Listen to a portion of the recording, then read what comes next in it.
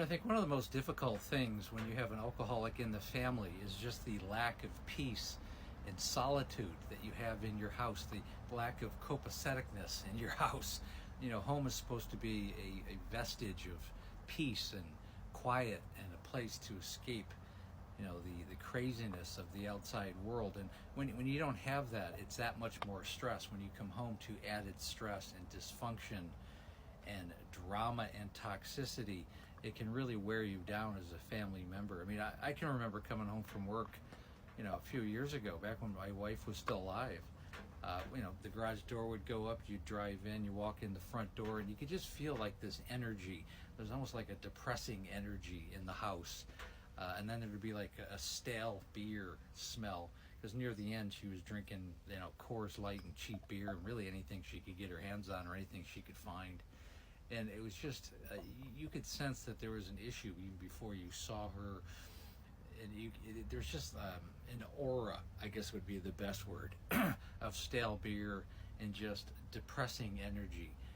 And to come home to that, it does have an effect on anybody that walks in the house, myself or my son. You can just feel that energy, and it can be taxing over time.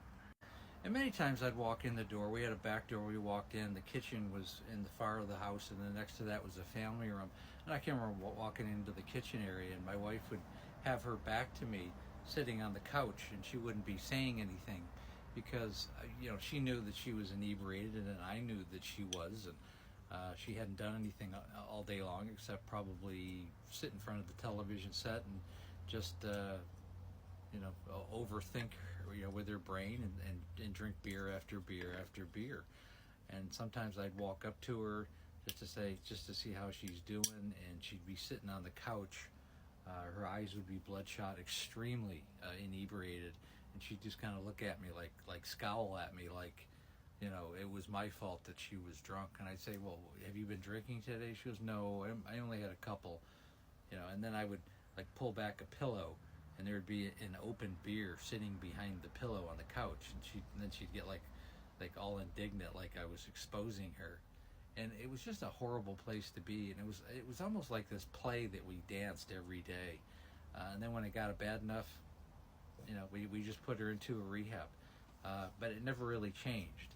And unfortunately, and this is really for family members, because it does get exhausting, and that's the easiest part. It's just whether or not anything goes on or any dramatic thing goes on, it's just coming home to that kind of experience every day and knowing that it's not really probably going to change unless that person's going to change, or unless they have some watershed moment or rock bottom moment where they decide they don't want to live like this anymore.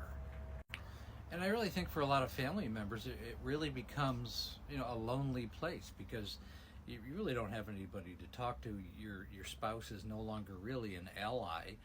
They're almost I wouldn't even say they're an adversary. They're just somebody that you almost have to deal with at this point. It's like having a difficult child in your house. That's a good way to describe it. One that you really don't have a lot of leverage or control, but you, other than boundaries, which tend to be a very extreme. Look, we're not doing this anymore. It's time to go to a rehab again. Because I've had enough of it this time around, and you need to start fresh again and really try this time.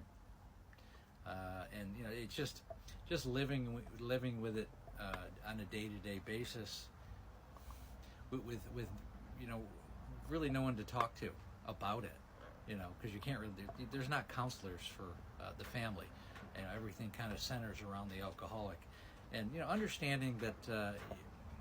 Family members who go through this, that it's not a very unique experience. Lots of people go through it, and that time will tell.